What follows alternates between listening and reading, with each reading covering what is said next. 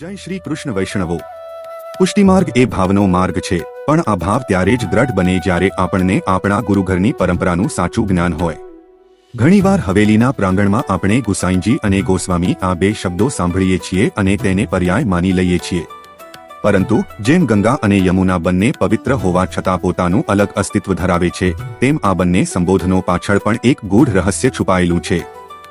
ચાલો આજે આ દિવ્ય તફાવતને ઊંડાણપૂર્વક સમજીએ। સૌપ્રથમ વાત કરીએ ગુસાઈજી વિશે। વૈષ્ણવો, યાદ રાખજો કે આ કોઈ પદવી કે અટક નથી જે કોઈને પણ આપી શકાય।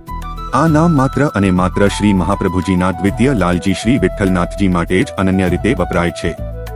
શ્રી મહાપ્રભુજીએ માર્ગના સિદ્ધાંતોનો પાયો નાખ્યો, પણ શ્રી ગુસાઈજીએ તેમાં શૃંગાર અને કલાનો શ્વાસ પૂર્યો। આજે આપણે હવેલીઓમાં જે સુંદર સજાવટ, સુમધુર કીર્તન અને રાગભોગની વિવિધતા જોઈએ છીએ, તે બધું જ શ્રી ગુસાઈજીની દેન છે।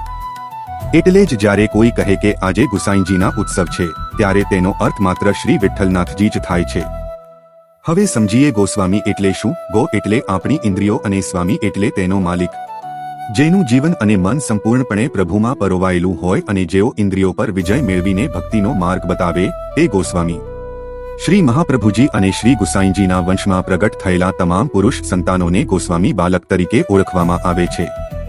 આ એ આચાર્યો છે જેઓ આપણને બ્રહ્મ સંબંધ આપીને ઠાકોરજી સાથે જોડે છે। આપણે તેમને આદરથી જે કે મહારાજશ્રી કહીએ છીએ, તે વાસ્તવમાં ગોસ્વામી સ્વરૂપો જ છે। અહીં એક બહુ રસપ્રદ વાત છે। શ્રી ગુસાઈજીના 7 લાલજીઓ હતા અને તે 7 લાલજીઓ દ્વારા અલગ અલગ 7 ગાદીની સ્થાપના થઈ। આજે તમે જે પણ ગોસ્વામી બાળકને મળો છો, તે આ 7માંથી કોઈ એક ગાદીના વંશજ હોય છે।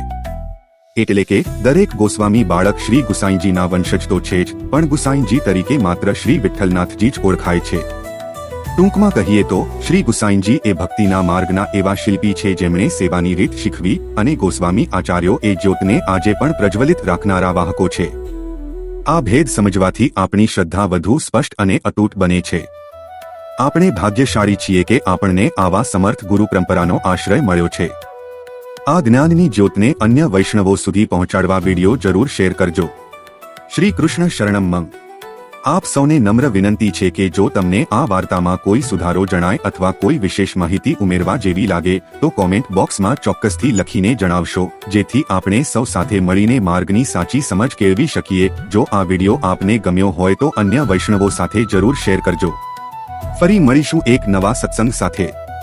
શ્રી વલ્લભાધીશ કી જય। જય શ્રી કૃષ્ણ।